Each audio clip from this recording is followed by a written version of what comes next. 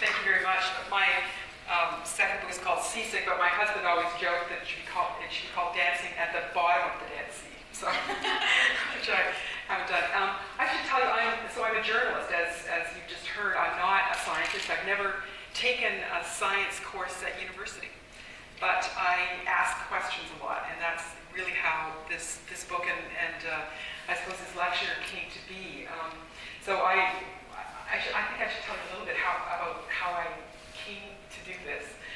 Essentially, I'm the daughter of a biologist, and so I grew up, around the dinner table. We had all these great discussions about scientific principles and the value of science. So I remember one time sitting at the dinner table and looking up at a fan and saying, I was quite small, I looked up at the fan and said to my dad, why does the fan turn clockwise instead of counterclockwise? And he leapt up from the dinner table and said, let's do an experiment to figure that out. And that was what it was like. And in my dad's day, they studied, little tiny pieces of science. They didn't look at, big pieces. My dad is who's now in a nursing home in Victoria, is one of the world's experts on the pronghorn antelope. So he studied a single animal and figured out everything there was to know, that he could find out about a single animal. But he didn't really look at that animal in terms of its whole ecosystem. And he certainly didn't look at that animal and think about how it could be affected by changes to the planetary system. And that's what I became interested in as I was a journalist. I did a whole bunch of other types of reporting, but I became fascinated with how the global systems work. Can you hear me at the back, by the way? Just as a check? Okay, and if you can't, you wave or do something to let me know. So I just started looking at how our species is affecting the planetary systems. And of course, I first looked on land because I looked at, I was thinking about the places that I could see easily. So because I live in the air, I was looking around. I went to the Amazon, I went to Madagascar to look at all sorts of creatures there. And it's quite an extraordinary thing when you come from Canada and haven't really traveled much, as I have not been, to go, fly from Calgary to Antananarivo, which is the capital of Madagascar, and then to take another flight, across 10 time zones, and then take another flight down to the bottom of Madagascar, and to fly over this island that is the extinction hotspot of the planet, and it's almost totally nude now of forest. It should have forests, covering almost all of it, and now there's barely 10% left. And I was flying over it in this state of extreme, jet lag, and I could see the iron-laced soil just sort of bleeding off the island into the sea. And I knew that as the trees vanished, so did all the leaders and the other creatures that could live in that. So I started looking at how we were affecting all of these systems, and I even wrote a book. The first book about Dancing at the Dead Sea is all about things that happened on land. And I was right at the very end of that book when I realized that I knew nothing about the major system of the planet, which of course is the ocean. And I was actually on a ship in the Galapagos Islands, near the Galapagos Islands, with a bunch of scientists. We were doing some scientific research, and I was really impatient. I just wanted to get on the islands. There was this Darwin theme through my first book, and I really just wanted to, get on those islands that Darwin had, used as that he had seen as his laboratory, that he had developed his theories on, or as a result of being on. And I was impatient at being on a ship. And my roommate, my bunkmate on this ship was the very famous National Geographic Explorer-in-Residence Sylvia Earle. Has anybody heard of her? Does anybody here know Sylvia Earle's work? Yeah, she's very famous because she invented the whole idea of going into the ocean to look at the creatures that live there, instead of just taking them out and flopping them dead on a slide or dead on a dissection table and looking at them there. She decided that she wanted to go into the ocean and look at the creatures. So she developed and helped to spawn the development of all sorts of vessels that would take her quite deep into the ocean. And she was ridiculed for this by a lot of her colleagues because she went down at one time when she was quite pregnant with her first child. They all told her that she was insane. But she spent so much time under the ocean that they actually call her deepness, which I loved.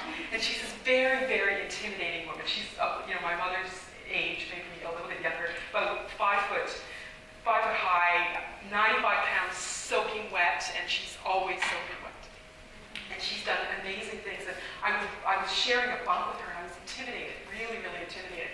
as part of our experimentation on this ship, she decided that she was going to take water samples because she saw a red tide, which is toxic, and it was off the coast of Galapagos. And this is really big news. She said to me, Alanna, this is really big news. There's a red tide off the coast of Galapagos. I've got to get a sample. So she was grabbing all these samples in water bottles and leaving them in our bunk downstairs. And of course, the inevitable happened. One day I just sort of strolled over and picked up one of these bottles and, sucked it down, only to notice that my whole mouth went numb, with this toxic algae that was in this thing. And I realized that I had to actually speak to this woman because what if I was really in danger? So I strolled over to her and I said, Sylvia, all those bottles of red, toxic Tide algae that are in our water bottles in our bunk? And she looked over at me and she said, you're not going to die, you'll be okay. I said, okay, I better just talk to her. So I said to her, look, why are you so interested in all these creatures of the ocean? Like, I don't get it. You're a biologist, you're interested in life. What is it about the ocean? And she turned to me and she said, it's because most of life is in the ocean. So if I'm a biologist, that's what I have to look at.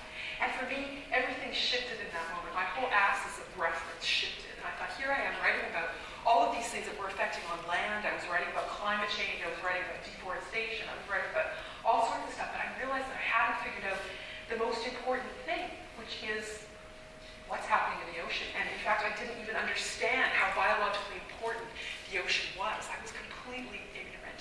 And so I finished my first book and started reading up on the ocean. And it was a really hard journey because the ocean, I find, is really complex, hard for me to understand, very, very hard for me to understand. And so, of course, what I did was start with the numbers. And some of you were in the seminar earlier today, and you'll know these numbers, but I couldn't believe them because I always knew that the surface of the planet is 73% ocean. I mean, that made sense to me. And, I'd heard all those homilies about how we shouldn't call it Earth. We should call it the blue planet and all that kind of stuff. But I hadn't known about the biological significance of the ocean. And it wasn't until I got the figure, until I realized, I looked it up, and it turns out that 99% of the living space on the planet is in the ocean. And the ocean controls, or helps to control, influences the carbon cycle, the oxygen cycle. Every second breath that you're breathing right now comes from oxygen produced by plankton in the ocean. It controls the nitrogen cycle, phosphorus, all sorts of chemical building blocks of the planet are controlled by the global ocean. As one of the scientists I spoke to later explained to me, if everything on land were to die tomorrow, everything in the ocean would be fine, better. But if everything in the ocean were to die tomorrow, everything on land would die as well. So the ocean contains the switch of life. And as I began to research this book that became Seasick, this piece of research, I realized that we're affecting the ocean. Our species has not only begun to affect the atmospheric chemical concentration, the proportion of chemicals of substances in the atmosphere, we've also begun to affect the chemistry of the global ocean. And that was when I really started to get fascinated by this whole topic. But it's very, very hard to understand, for me at least, because I was really starting from I'm an English literature major, as you've heard, but my main love was, I'm a Latin major. So I know a lot about medieval Latin and stuff like that. So learning about this stuff was quite a big challenge for me. And what I decided to do was to hook up with one of the most, one of the best scientists I could find who wrote about coral reefs. Her name is Nancy Moulton, and she's an incredibly good writer. And I had a stack of her papers on my bedside. I read everything I could find by her. And she's not only a great writer and scientist, but she's a fantastic communicator, and she's kind. So I just sent her a note and said, I'm thinking about writing a book. Could I tag along with your trips? Where are you going in the next 6 months? And she sent me back a whole list of all the places she was going. And we decided that I would go with her to Panama to look at a coral spawning. And I said, I really didn't even know what corals were at that point. I still have it in my notes. She actually drew me a little picture and explained to me how a coral animal works. And this is its one orifice. It doesn't have a brain. It doesn't have eyes. It doesn't have any of these things. But we know that once a year these things spawn. Just once a year, they save up energy all year to just have this one magnificent, reproductive So she said, we think it's going to be this September, so why don't you come down to Panama? We've been looking at this particular batch of corals for several years. We can see, it's a measure of how healthy the ocean is to see whether these corals will spawn. So I said, sure. So I got on a plane, went down to Panama, and we went to this little place, part of Panama, called Bocas del Toro, where there's a research station. And she had a whole team there, assembled from all over the world, and they had been monitoring these corals for years and years and years to see how many of them would spawn on this particular night. And I said to her, but how do we know when they're going to spawn? And she said, well, they should spawn between 5 and 7 days after the last full moon of summer, 100 minutes after sunset. And I said, how do they know how to do that? They don't even have brains or eyes. And she said, we don't know. It's one of the great mysteries of life. So here we are. We're in Panama. There's this entire, all these PhDs, in the water, if you can imagine. We're all hanging in the water. I'm on top, and all these PhDs are down there with the gear and all that kind of stuff. And they're peering at these huge, big rock corals called Montestrea. They're some of the big reef builders in the Caribbean. And they're peering at them to see whether they're ready to spawn. It's nighttime. We're in their water for hours and hours and hours, way before we think they're going to spawn, and then way after we do this stuff. And we get in the water. The water's incredibly hot. It was a really, really hot year in the Caribbean. And a lot of the corals were bleached. That means that their flesh was just shredded off these big coral structures, these calcium carbonate structures that they had. So we knew it was going to be a really tough year for coral spawning. Could they have gathered enough energy to actually, produce these little bundles of eggs and sperm enough to get them to spray out into the ocean at the exact time? Because it's all about timing, right? It all has to happen at the precise moment, or else all of these eggs and sperm just get dispersed, and there's no embryo at the end of it. There's no coral baby at the end of it.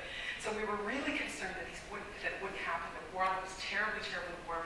Night after night, we got in the water, looked at these coral animals to see whether they were getting ready to spawn, and night after night they weren't. Finally, 6 days after the last full moon of summer, we got in the water, and it was electric. This water was absolutely alive with the energy of these corals that were getting ready to spawn. And the scientists I was with said, okay, tonight's the night. Definitely tonight's the night.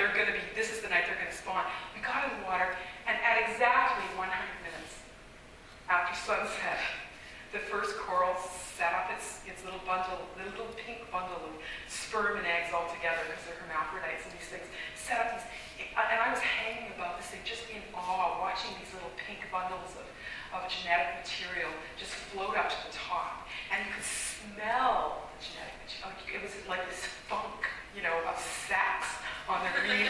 And the entire reef was going crazy. It wasn't just, the mammals in there from the land that could feel all this electricity. You could see everything, trying to spawn along with the corals. You could see things eating the spawn. You could see things reproducing over there. These little brittle stars were sort of dancing on top of the reef like this, popping out these big ruby, eggs. It was just like coral sex plus. It was astonishing. And then all of a sudden it all went quiet. And then it started again for another species a little while later. But we were captured with some of this genetic material to see what stage these things were going to get to, whether they would actually have survived in the wild. So we captured some of them in plankton nets. And, we counted how many of the individual corals actually spawned that we thought should have spawned. And we were really excited. I mean, this is like one of the great wonders of the world. Scientists didn't even know that they did, that this is how they reproduced until just a few decades ago. So we're really feeling pumped. This is one of these things that you could, you could write an obituary that you actually witnessed the coral spawning somewhere in the Caribbean. And so we're calling ourselves Team Spawn, and we're up with it. We're all night. We're back in the lab, and we're doing the count, which is that we're taking some of these little embryos, and we're seeing how many of them got to the 16-cell stage, which would have meant that they could have been viable in the wild. And so we got there, and as it got, toward morning, it's 4 in the morning, 5 in the morning, we're counting all these little embryos.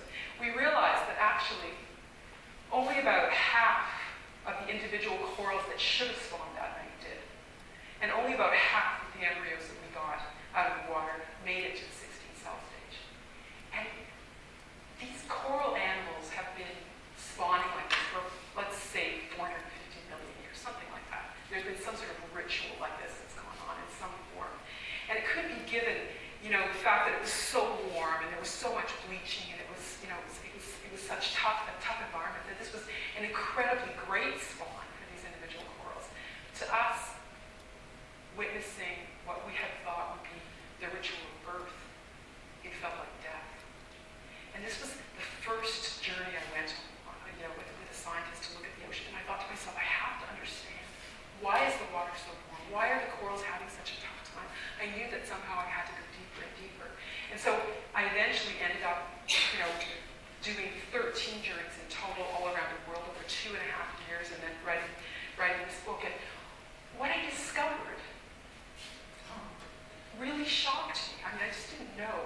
And I think that the scientists I spoke to also explained to me that they didn't know for a long time, that it wasn't in the body of knowledge that humans could affect the global ocean on the scale that it turns out we have. And the phenomenon is that they talk about is something that they call the evil troika of ocean change. So there are 3 things that individually are terrible, but when they join together, they're much greater than the sum of their parts. And the 3 things that eventually the scientists explained to me about were, in each in its own way, related to the high levels of carbon dioxide in the atmosphere. And that was the other part that had shocked me, because I knew about global climate change. I knew about, which we don't call climate change anymore now, scientists call it planetary disturbance or planetary destabilization. But at that time, they still called it global climate change or global warming. And I knew about that stuff, and I knew you could see how climate change, you could track that. But I had not known that there was also a big effect on the ocean. And in fact, for many years, scientists thought that it was great that the ocean was absorbing some of the CO2 that we're putting up into the atmosphere, because they said it could absorb it without any harm. And now it turns out, of course, that that's not true. But the way in which we're affecting the atmosphere is now leaching into the ocean. In fact, some of the scientists I spoke to talk about, the atmosphere is the primary cancer of the planet, and the effect on the ocean as the metastasized cancer, much more serious because it's affecting a much bigger part of the system. So how does that work? Does anybody know how, what the 3 things are? Not the people who were in the seminar this afternoon, but does anybody from the audience know what 3 things make up the troika, the evil troika? What would they be? Yeah? Temperature, acidity, and overfishing. Ooh, very good. You could say overfishing, but that's not one of the ones. Of course they're concerned about that, because if you take that much biology out of the ocean, it affects the ocean's ability to maintain its own chemistry. So overfishing is an issue, but that's not the one I'm thinking of. So we've got temperature, acidity, and what's the other one? Desalination. Very good answer, but I think not. It's not actually getting desalinated, as I understand it. The patterns of salinity are changing in the global ocean, and that's very important and very problematic. But that's not the one I'm thinking of. Temperature, acidity. What's the other one? Oxygen. So there are big zones of low to no oxygen in the global ocean, some of which are caused directly by fertilizers and things going to the ocean, but some of which are caused by climate change, and so that's carbon related as well. Do you guys know, should I give a little primer on why there's so much carbon in the atmosphere? People, can you give me a little show of hands? Is this necessary? Would it be helpful? Yeah? I mean, basically what happens is that for the last 250 years, we've been digging up fossils that were, basically they were plants and animals that lived millions or hundreds of millions of years ago that have been compressed down into things that we now dig up, and we call them fuels. They're oil and gas and coal and that kind of stuff. But as we dig them up and burn them, we're putting the carbon from that ancient era, from millions and millions of years ago, into today's atmosphere. So today before we started doing that, we had a stable atmosphere with a certain amount of carbon dioxide, 280 parts per million by volume, so a little tiny, tiny bit of the atmosphere. And now, because we burned so many fossils, we put the carbon from that ancient era into the atmosphere. We built up that concentration of carbon dioxide in the atmosphere. So now instead of being 280, it's 383. So that's like a 40% increase in the carbon dioxide in the atmosphere. We know for sure that it hasn't been about 300 in about 20 million years. So we're at quite an unusual time in the planet's history. So for years, scientists used to say, isn't it great that it's only 393 or whatever it is, because the ocean is absorbing some of that carbon dioxide.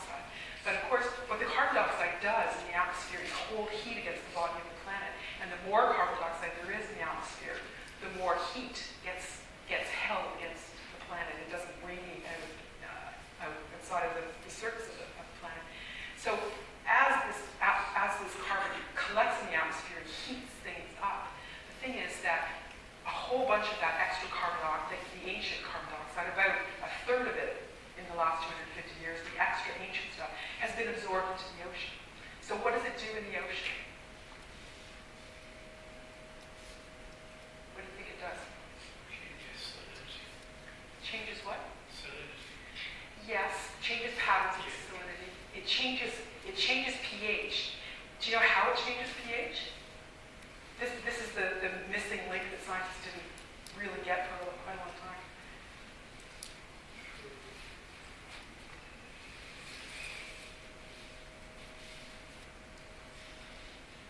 Carbon dioxide dissolves in water, Yes. dissociates into bicarbonate. Yes. Carbonate. Exactly. Bicarbonate is aerosol, Yes. a negative charge. Exactly. So I don't know if you all heard that, but carbon dioxide dissolves in water. In the atmosphere, it just hangs there. It's inert. But when it hits water, it mixes with water to create a mild carbonic acid, and that's changing the acidity of the global ocean. So the ocean is becoming more and more acidic. In fact, the ocean is now 30% more acidic than it was before we started burning carbon-based fuels, or at least ancient carbon-based fuels. Because of course, if you burn a tree, that's considered to be carbon neutral, right? Because that's today's carbon. If you burn a lump of coal, that's yesterday's carbon that you're putting up into the atmosphere. So about a third of all of this ancient carbon that we've put up into the atmosphere from burning fossils has gone into the global ocean, and it's made the ocean dramatically more acidic. It's to the point that, it hasn't been this acidic, we're pretty sure, scientists are pretty sure, for about 55 million years. So this is really a different phenomenon. Why does it matter if the ocean is acidic? What happens? Who knows? It affects organisms that depend on calcification. Exactly. Their skeletons. Exactly. Corals again. It affects organisms that depend on calcium to make their skeleton. So anything that really needs to make teeth or bones or shells or coral structures, anything, the very limestone structures that corals make, all of those are dependent on the animal being able to use calcium and carbon from the ocean to make those shells and teeth and structures. And as the ocean becomes more acidic, that calcium is less available to them. They have to use a lot more of their own body energy in order to make these shells and things. And eventually, the ocean becomes acidic enough that it corrodes, it actually dissolves shells and teeth and other structures. And we're already seeing that in some of the colder parts of the global ocean. So in the Southern Ocean, in particular, it's colder, so it absorbs more carbon dioxide, is more acidic, therefore. You already see little creatures, that have like sea snails and things like that have very thin and pitted shells because of the acidity. You see it in other parts of the ocean, in the Arctic as well, a little bit. And as the ocean becomes more and more acidic, this will become more and more advanced. In fact, once it starts to affect the whole body of calcifiers in the ocean, the whole chain of life in the ocean becomes affected. And that's what scientists are worried about. They're worried about what are the knock-on effects of ocean acidification on the entire food chain, and not only on that, but on the carbon cycle and other parts of the cycle that the ocean life control. That's why there's such a fear of it. I went to the Caribbean, another part of the Caribbean, a few years ago to talk to one of the great researchers on this. His name is Joni Kleifitz. She works for the American government, and to another guy named Chris Langdon, who's one of the researchers on this. I did a bunch of work with them. And I heard them trying to explain this phenomenon to other scientists, to try to explain to other marine biologists that they actually should be looking at acidification in the ocean, that they should be measuring pH. This was a research organization that was setting up a monitoring system for a chunk of the ocean near Puerto Rico. And these two could not convince these other scientists that they actually had to measure pH. Like it was so novel at that time, which was just a couple of years ago, that this might be something that needed watching, that they couldn't convince them to do this at that time. There was all this skepticism. But Joni Kleifitz, who I met with down there, explained to me that when she and a bunch of other marine biologists worked out what the potential effects on calcifiers could be from all of the carbon dioxide in the atmosphere, she actually ran from the room and threw up because the implications are so immense. And as scientists are becoming more and more concerned about this, and as they're becoming more aware of the implications, they're running all sorts of experiments with Pentagon on a list of coral reef experts who are examining some of the effects on this. And there's an enormous amount of research now. More and more, would you agree, Hanka? There's a real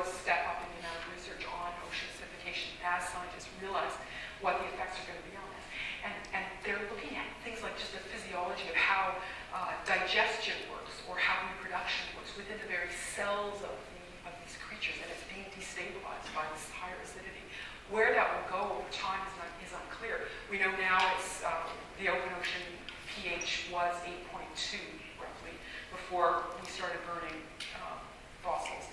Today it's about 8.05, which is an increase of 30% in the acidity of the ocean. It's astonishing. And as I said, it hasn't been that low in 5,500 years. If we get to the point of, if the trajectory we're on to, in emitting carbon dioxide into the atmosphere doesn't change, like if it keeps on going as usual, as as it has been for the last 250 years, if we keep on the trajectory that we're on, by about the middle of this century, the ocean pH will be 7.8, which means that it will be 150% more acidic than it was before we started burning fossils. That's unknown in the geologic record, as I understand it. In other words, even during mass extinctions, we haven't had a pH that's that low in the ocean. It's very unusual. And that's within my children's lifetime. This is an anomalous time in the planet's history, as far as I can tell. So pH is the big one. pH is the one that they really worry about. I mean, this is the one that scientists just, like they lie awake at night with eyes like saucers worrying about this one. But they also worry about temperature, because as the carbon dioxide holds extra heat against the body of the planet, about 80, over the last 250 years, about 80% of that extra heat has been absorbed into the ocean.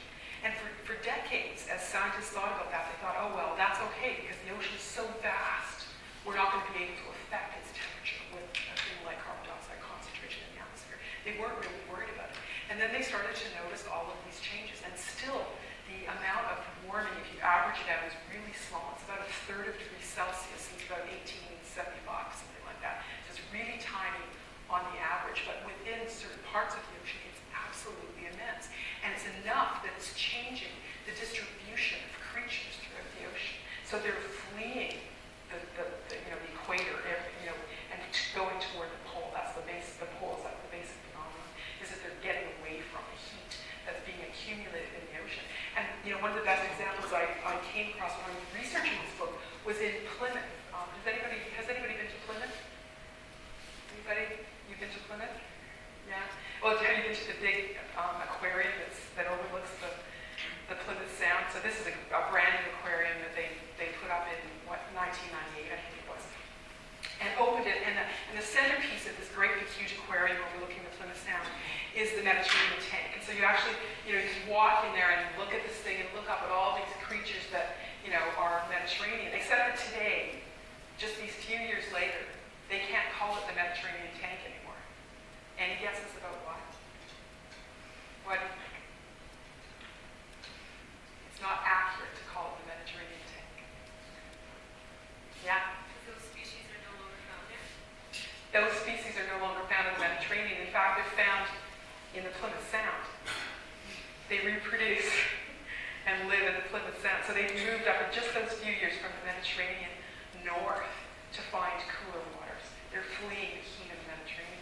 And that phenomenon is happening right through the Mediterranean, right through the global ocean. So creatures are moving, but they're not moving in expected ways, and it's not clear that they're assembling again in the same compositions that they were in where they lived before. It's unclear how all of this affects the sort of the dance of life in the ocean. So there's quite a bit of worry about that. So pH, temperature. The other one is oxygen, dissolved oxygen in the ocean.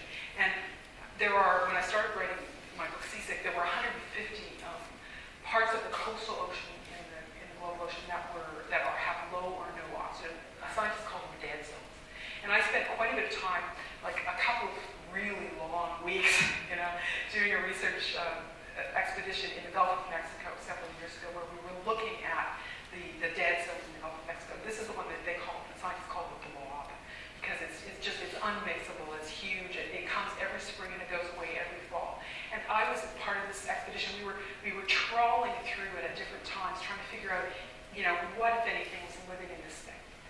Because we knew there was very little or no oxygen in these things. So we were trawling and trawling and trawling, and there was nothing.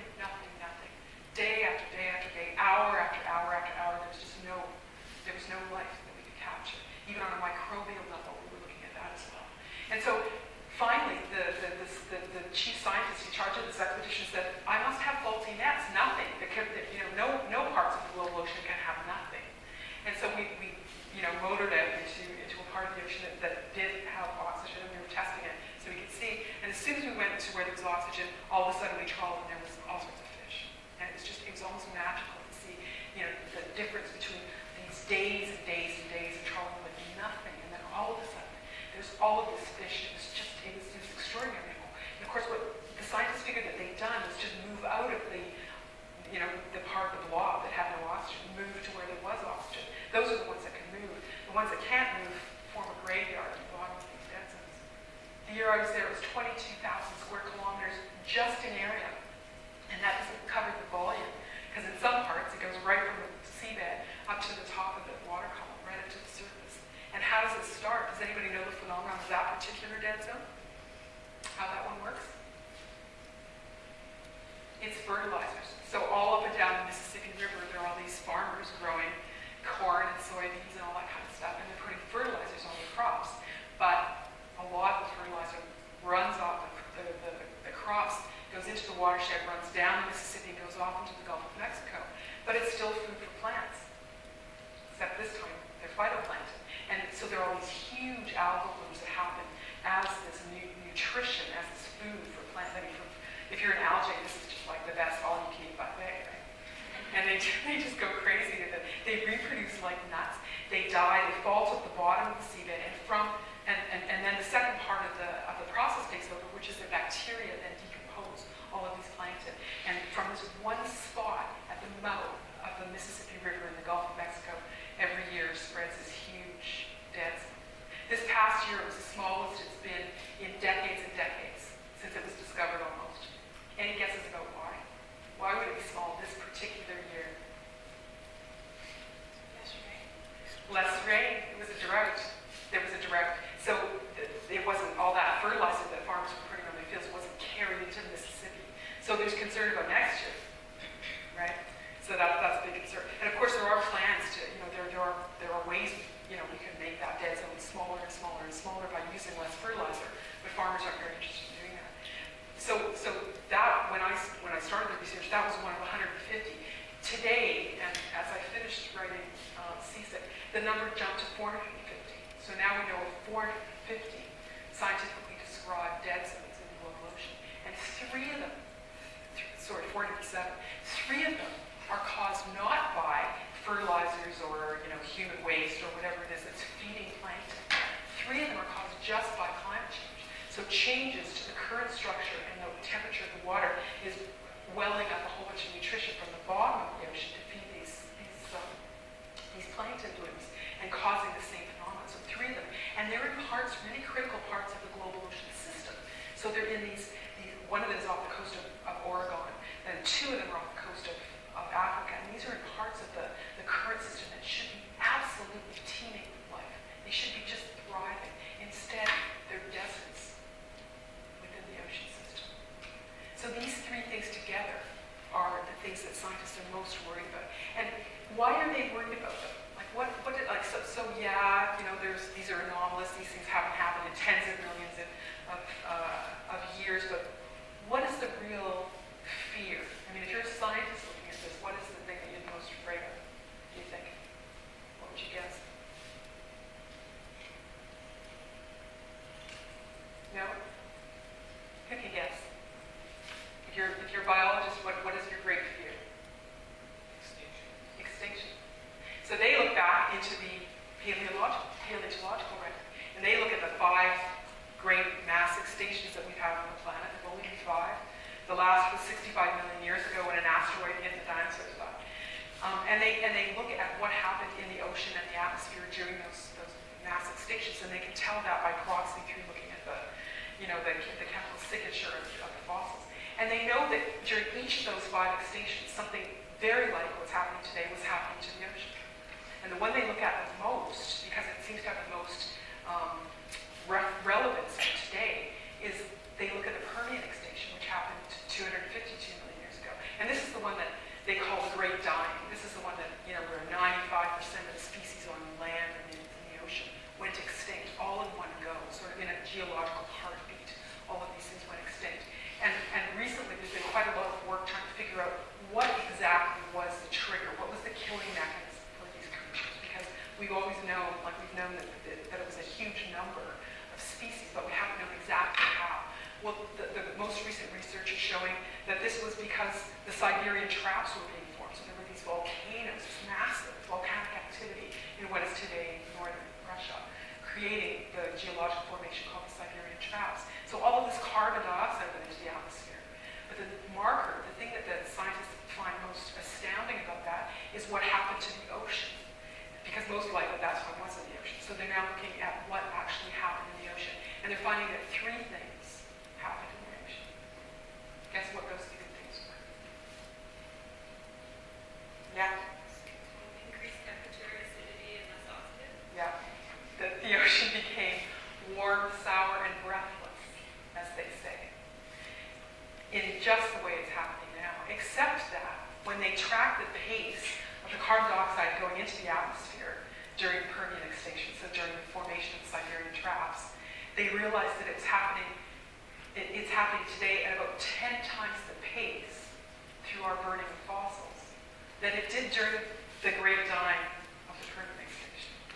All of which is to say that this is, if you're a scientist looking at this stuff, you think, wow, we are setting the table for a mass extinction. That's what this looks like to a scientist who could read the fossil record, who could read the book of life over time. And so here I am, I'm a journalist, I'm a bloody Latin major, schlepping around the world trying to figure this stuff out. And I keep hearing all this stuff and putting all these pieces together about what's happening to the global ocean. And I began to think about it, if I were a doctor and I sent my patient, the ocean, off for a bunch of tests and looked at its vital signs to try to figure out the trends, I realized that every single trend in every single measure is going in the wrong direction. If I'm a doctor wanting my patient to be healthy, it's all going the wrong way. So I became really very depressed. I became quite, really clinically depressed, I guess. So I went to bed for a month. My poor husband. I went to bed for a month and I could not get up. And I had one journey left that I was supposed to do. And I'd had it booked for, literally years. Because as I did all this research, I decided that what I really wanted to do is go really deep in the ocean. Because it's hard to do that. You could go down, if you're a diver, you could go down, 160 feet, something like that. That's pretty deep for a diver. Scuba. But I wanted to go really, really deep. And there are only a handful of vessels in the world that really go very deep in the ocean. But I had in my mind that I wanted to go. So I found somebody, a scientist, who could take me down to 3,000 feet. And so I had this whole journey booked, and I had the plane ticket. And I was in bed. And I just couldn't make myself. I thought, what's the point of killing more trees? At least, to write a book, at least trees absorb carbon, right? I just couldn't do it. But I decided, I'm too stubborn not to go on something like that. So I decided I would just drag myself out of bed and get myself onto this yet another, plane spewing carbon dioxide. And I got to the ship, and I'm on the ship, and it's the very first night, and we're on this week-long expedition, and a handful of us, just a handful of us, are going to go on this submersible to deep in the ocean. And I realized that I had never seen this thing go in the water and come up. And the chief scientist who I'm working with, points to me and says, Mitchell, you're the first one to go down. You're the one who's going to go down. Tomorrow morning, 8 o'clock in the morning, you're going to be on that submersible. And I was awake all night. I was just absolutely terrified. Absolutely, hands down terrified. Right? So all of this terror, all of this despair of the fate of the planet, it's gone. Right? Now it's just about me. It's my personal destiny. That's all I care about, right? And so I'm standing on the deck of this ship the next day, and I'm looking up at this submersible. And this submersible has this big plexiglass sphere at the front. Not big. It's just big enough for 2 people to sit in. So there's room for the scientist and room for the pilot. And they have these arms, these robotic arms that they can use at depth to pick up animals and take them up to get samples and everything. And I say, yeah, but where am I going to be? And they point, and I realize that behind this big sphere is a little casket made of aluminum. Think of 2 bathtubs, one on top of the other. And this is where all the hardware, the electronic guts of the submersible are, and some, and a little bit of padding, and I'm going to be lying down in that with the engineer, right? So this thing is so tiny that I can't even sit up, right?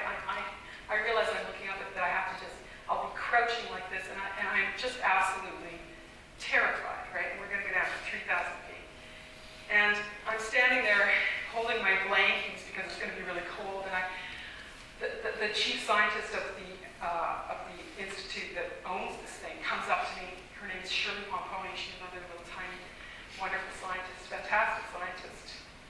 sadly not a psychologist, however. And she says to me, "So, how are you doing?"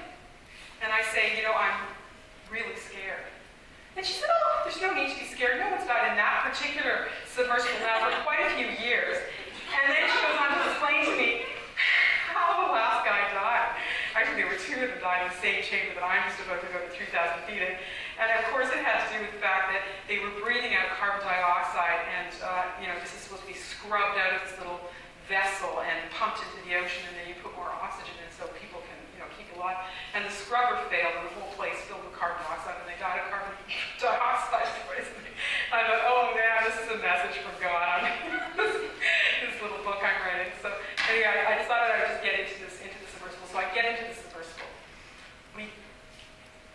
The engineer gets inside, and we're lying down, his feet at my head at his feet, and he explains to me that we have a different air system in our little capsule than they do in the big plexiglass thing at the front. And I say, "Why?"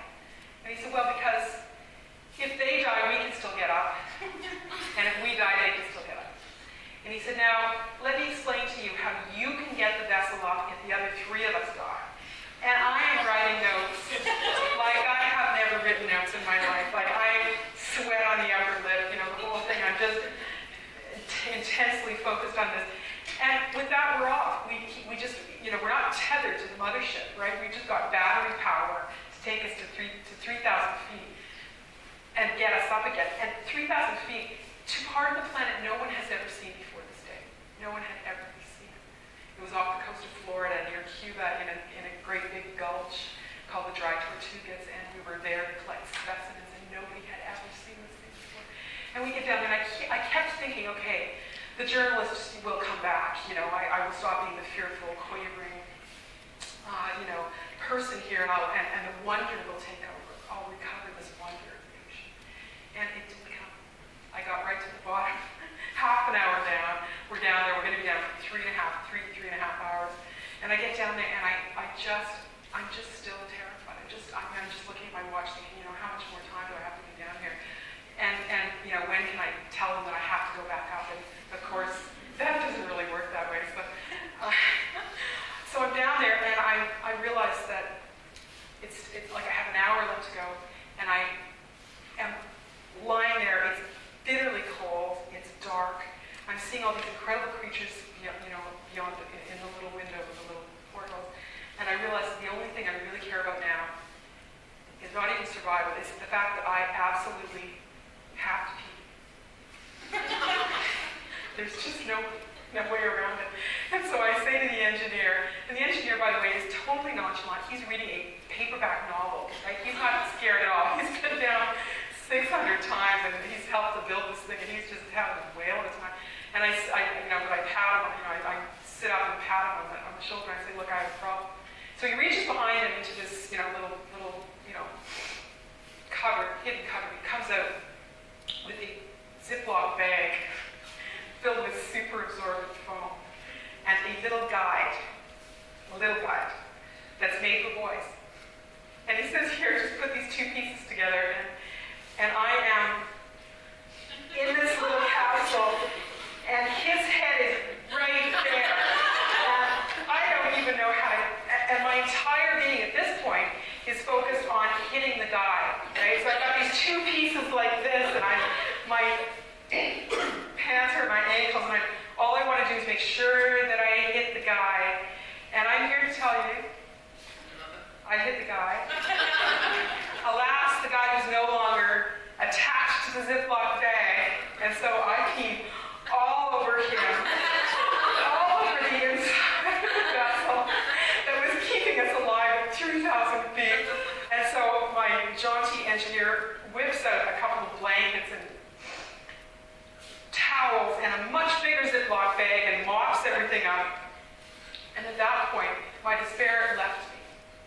And my worry over my own fate left me. And I somehow, in that moment, realized the essential human lesson, which is you foul your nest, you clean it up. And you have to know that you can do that. Because if we can't choose to hope, there simply isn't one. And I came back to the surface and wrote my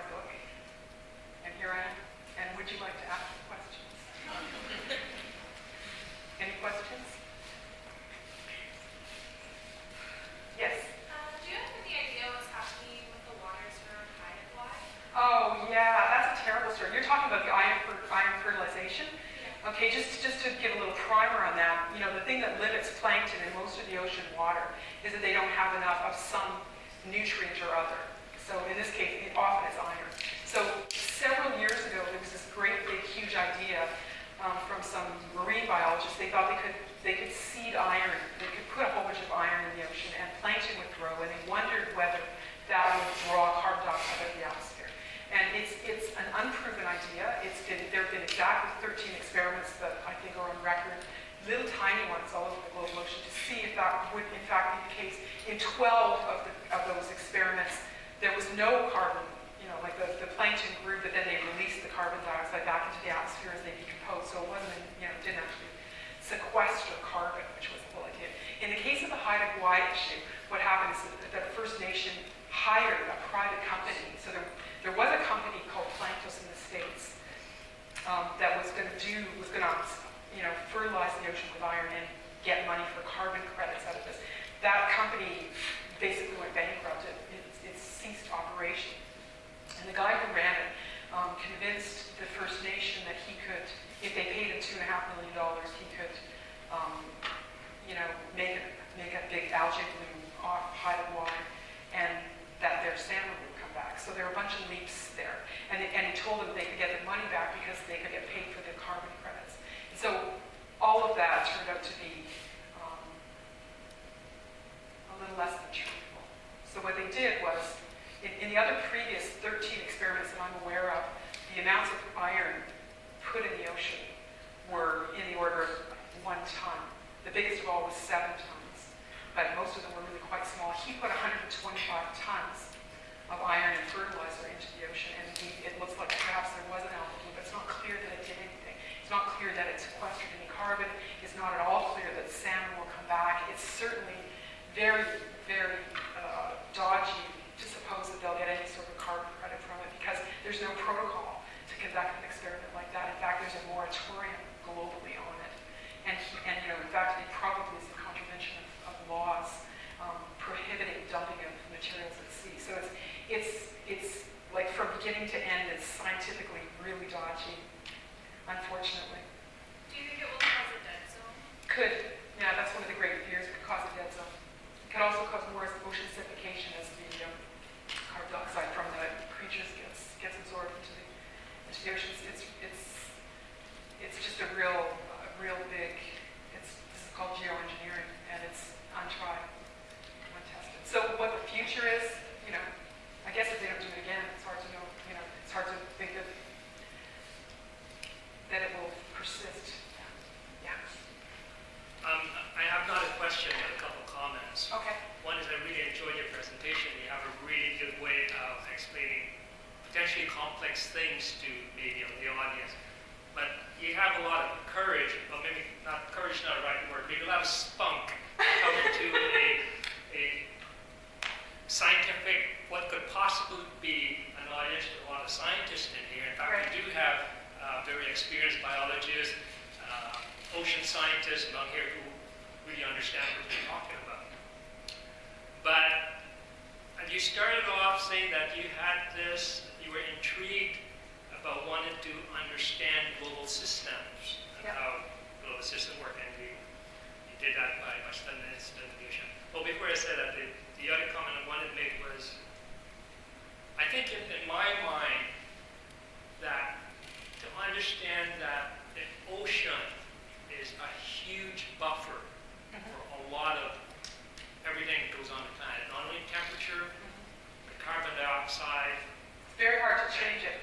Yeah. And the fact that the ocean, the fact that the amount of CO2 is rising dramatically above the 282 to now 392, it means that the ocean is no longer capable of regulating the global temperatures and CO2 as well. So I think a lot of scientists here understand that we're in a runaway situation, Yeah. almost to the point of no return. Do you think But it's there? I'm not gonna- Do you think it's a point of no return? Personally, I do. Really? Personally, I do. And well-known scientists like James Lovelock says is Yeah.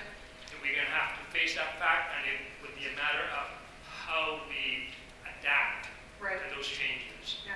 But the final comment I wanted to make is about your trying to understand global systems.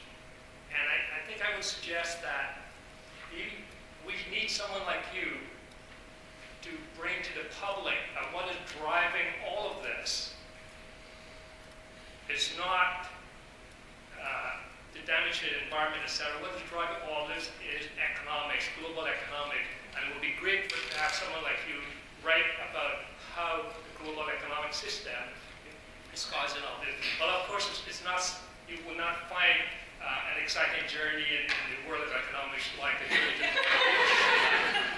But that's what you're going to have to put up with. So I would encourage you to write a book about global economic systems. Thank you. Yeah, it's about human behavior, right? I mean, all of the stuff that's happening to the planet is about ultimately human behavior. Yeah, and it comes in instead of a book called Seasick, maybe it could be Money Greed, something like that. It's greed for money that is causing the destruction of our environment. I hear you. Okay. Yes? You finished talking about hope, and this gentleman's talking about a runaway situation. Right. Why are you hopeful?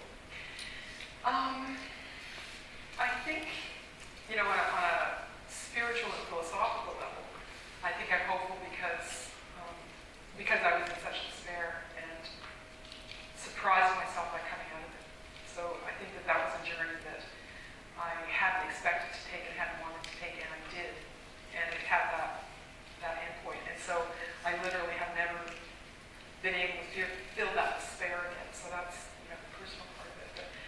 But apart from that, and I don't think this is just irrational. I thought about it a lot. Is it just irrational hope? But I don't think it is, because I see all around me, and more in the last few years, something that I can only describe as these outpourings of understanding, of action, of community action, of people getting this on a cellular level and doing something about it. And this is happening all over the world. Everywhere I go to do research and to speak with people, I just feel this, I hear and feel and see this outpouring of understanding and action. And that's different from what I saw even just a few years ago. And to me, it's just like a song that just keeps breaking out into new choruses, and it just feels very strong. And I mean, there's other rational stuff too that I can point to that in my own mind, because I look at deep time, it seems to me that we've come to understand this relatively rapidly in human history. I mean, it's 30 or 40 years that we've known about climate change, global planetary disruptions. It's now called 10 or 12 years that there's really been good science on the ocean acidification. And acidification isn't on the agenda, but climate change is. And, when you look at what we've actually accomplished to try to monetize carbon in the last 20 years, to try to, invest in renewable energies and things like that, I really feel that there's been progress there, not shown in the accumulation of carbon dioxide in the atmosphere yet, but there's been progress in terms of how we understand it.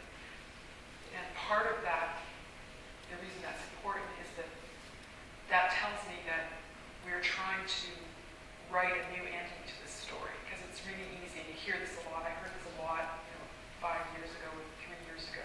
People saying, oh, it's all over, it's all, I'm not scientists who are looking at the numbers and the trends, but individuals in society who are saying, this story's already done. It was just like, let's dance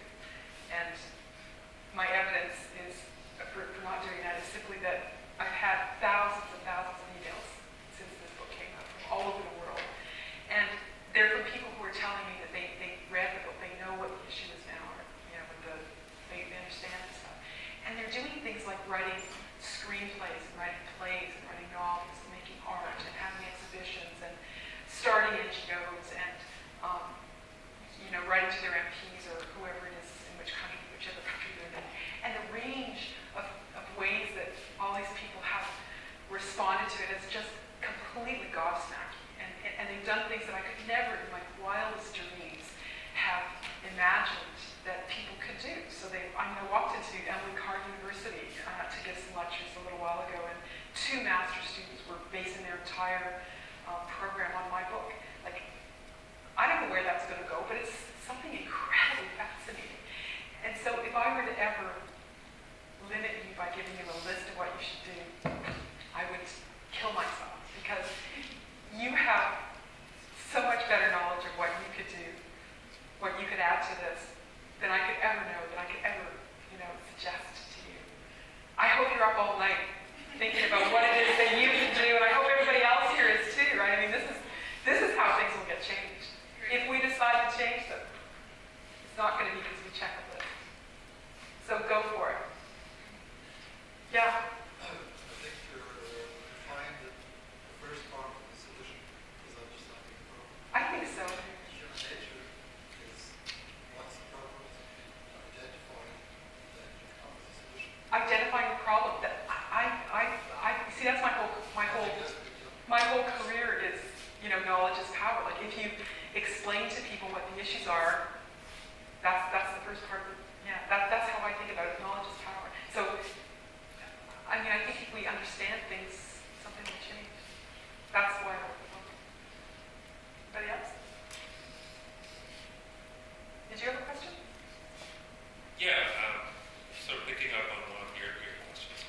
How do you formulate this into an argument that a politician would understand? Because you know, unsuccessful in different. what we saw just over the last couple of months on CNN, for example, we were bombarded by commercials on how great clean coal is Clean coal. and how great it is for jobs and economy. Yeah. How do you counter that argument? Yeah. Well, I guess I find the politicians I've spoken to have been immune to logic. So I don't really know. I think, this is to send a low plan, personal opinion here, but I think politicians respond to votes. So I think politicians in this country, for example, are not doing very much about, let's say not very much, let's say they're doing nothing at all about reducing our greenhouse gas emissions, because we don't force them to. Because we haven't told them that it's absolutely top of our list. And I think that Stephen Harper, for one, who I know to be a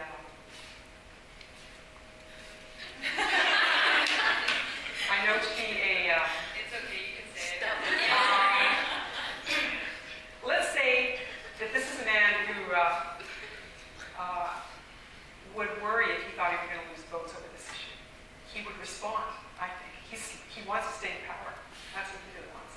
And if he really thought that it would, doing something about, greenhouse gases would be the difference between him staying in power and losing power, then I think he would just do something about it. He's a smart guy.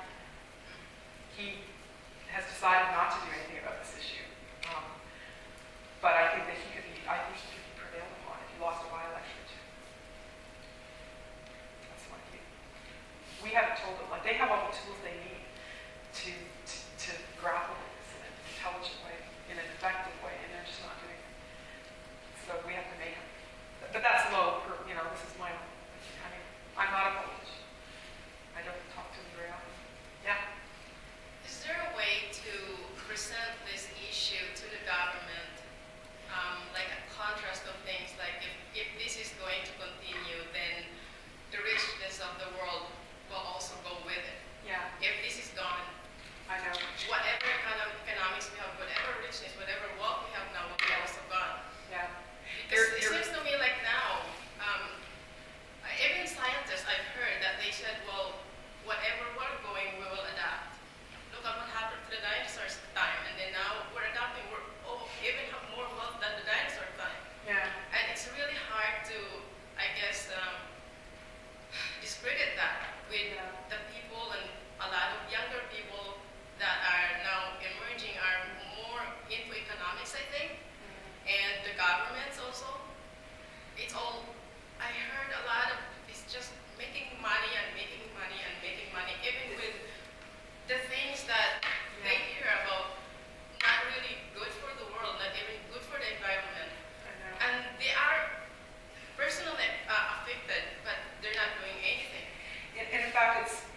fact, in some parts of the world, there is a great movement on these issues. I mean, you look to Europe, you look to parts of the world where they get the economic argument. They understand that their economies, Germany is the canonical example, where they know that they can grow their economy and they can grow it in a green, clean way, and it can be stronger. And so there are lots of governments in the world that get this very well. Our government doesn't, and the U.S. government doesn't, but there are governments that do. But this is not really about logic. This is about ideology, and it's about convenience. So I don't think that the argument with our present government, and indeed the ones that went before it at the federal level, is going to be won by logic, because they have all read the Stern report, which talked exactly about the economic argument that you have to grapple with the stuff, or our economy will be toast. Over time there will be nothing left there. They know all these arguments. They've read the same reports that you and I have, and they're just choosing not to act on them. And I think that that's cultural. I think that we just haven't forced them to. That to me is hopeless. That's hopeless. I don't think so, because who have you ever known in your entire life who can change faster than a politician? That's where our hope lies. You just have to make them do it. You see, I come from the Philippines, and when I get here to Canada, I thought, yes, great, I can vote, I can do all the things that I'm so scared of doing in the Philippines. And here I am starting to be scared in Canada, because whatever was happening in the Philippines is happening here. It's gradually, not right away. Politicians are not being killed yet.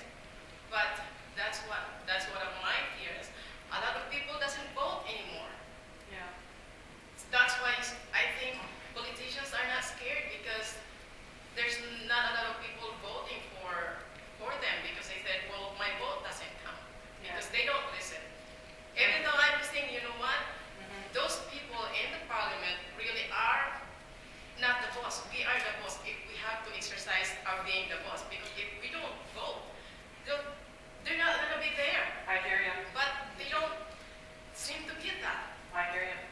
You have one more question. You're our last one. Talk a little bit more about the economics of the issue, and I think sort of a fundamental cause of environmental apathy is that there isn't a monetary value placed on our biosphere, and so there isn't the personal incentive to conserve these things. There is no marine health lobby in the same way there's a coal or energy lobby in Washington, for example, and it's difficult to sort of internalize and monetize the costs of the environment. And I was wondering if, for the longest time, fishing has been sort of the bane of marine health, on trawling and so on and so forth. Do you think that with the sort of decimation of fishing stocks and as we see the health of the oceans decline, they have an economic stake. Do you think they could ever sort of galvanize positive environmental action? Well, it didn't work with the cod fishery. I don't know. I think what happens is that they just focus on things that are still healthy until those are gone too. So we're focused on aquaculture, we're focused on, maybe conceptually over time, but most of the people who fish, it's worth exploring. There's a great paper in that. I bet you could write it. Okay, is that it?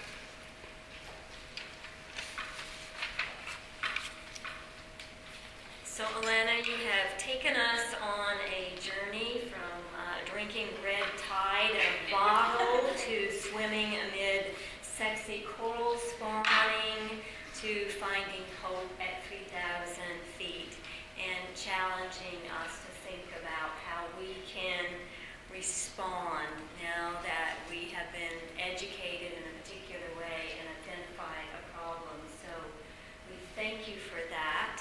And I also want to mention that hosting a speaker like Alanna requires some networking. So I want to just mention the groups that were instrumental in hosting Alanna: the McMaster Campus Ministries Council, the United Church of Canada Hamilton Conference, the Ontario Public Interest Group, and Shelley was very helpful in getting out emails and gathering people together, the Institute for Globalization and the Human Condition, the Advocacy and Action Social Justice Club, the McMaster Center for Climate Change, the School of Geography and Earth Sciences, Matt Green, the Hope Chair in Peace and Health, the CUPE Political Action Committee, and, last but not least, the United Nations University Institute for Water, Environment, and Health. And what I hope is that some of those sponsors can continue this conversation.